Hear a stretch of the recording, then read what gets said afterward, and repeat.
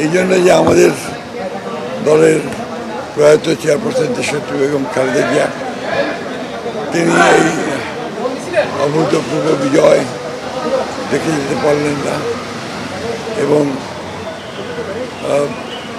অনেক শত হাজার রক্তের বিনিময়ে প্রাণের বিনিময়ে এই নির্বাচনের পরে একটা চমৎকার একটা উৎসব মুখর এবং অত্যন্ত স্বচ্ছ একটা নির্বাচন নিঃসন্দেহে আমি ব্যক্তিগতভাবে আমার অভিজ্ঞতা দীর্ঘদিনের আমি ডেফিনেটলি খুবই মুগ্ধ। এই ট্রেন্ড যদি আমরা চালাতে পারি, এই ধারাবাহিকতা আমরা রাখতে পারি, তাহলে গণতন্ত্রের ধারাবাহিকতাটা আমরা রক্ষা করতে পারি।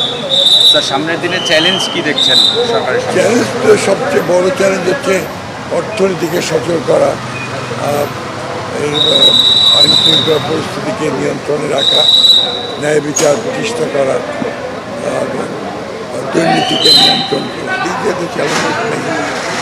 স্যার, আওয়ামী লীগকে ছাড়া কি নির্বাচন অনুষ্ঠিত হলো? আওয়ামী লীগকে নিয়ে আপনাদের সামনে ভবিষ্যৎ চিন্তা কি থাকবে?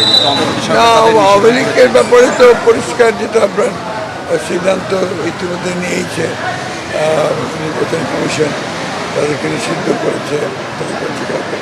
পরবর্তীকালে বিভিন্ন রাজনৈতিক প্রেক্ষাপট থেকে উঠে আসবে